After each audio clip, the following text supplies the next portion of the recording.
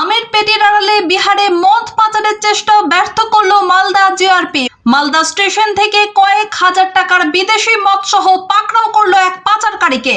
এই প্রসঙ্গে মালদা টাউন স্টেশনের জিআরপির আইসি প্রশান্ত রায় জানিয়েছেন, রবিবার রাতে তারা বিশেষ সূত্রে খবর পান ফারাক্কা এক্সপ্রেসে করে আমের পেটির আড়ালে মদ পাচারের চেষ্টা হচ্ছে। সেই মতো তারা মালদা টাউন স্টেশনে কড়া নজরদারি শুরু করেন। সেই নজরদারিতে ধরা পড়ে এক পাচারকারী। তার হেফাজতে থাকা 6টি আমের পেটির মধ্যে 3টি পেটি থেকে বিদেশি মদ উদ্ধার হয়েছে, যার আনুমানিক মূল্য 19,000 টাকা। এই ঘটনায় তারা প্রাথমিক জিজ্ঞাসাবাদ করে জানতে পেরেছেন, বিহারে মদ নিষিদ্ধ থাকায় ধৃত পাচারকারী মালদা থেকে বিহারে মদ পাচারের ছক কষেছিল। তাই সে আমের পেটির মধ্যে কয়েক হাজার টাকার মদ লুকিয়ে মালদা টাউন স্টেশনে এসেছিল। সেখান থেকে তার এক পার্টনার ফারাক্কা এক্সপ্রেস ট্রেন ধরে বিহারে মদ নিয়ে যেত, কিন্তু তার সেই উদ্দেশ্য সফল হয়নি।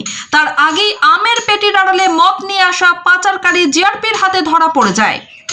মালদা থেকে বিশ্বজিৎ মণ্ডলের রিপোর্ট, গ্রাম বাংলা নিউজ।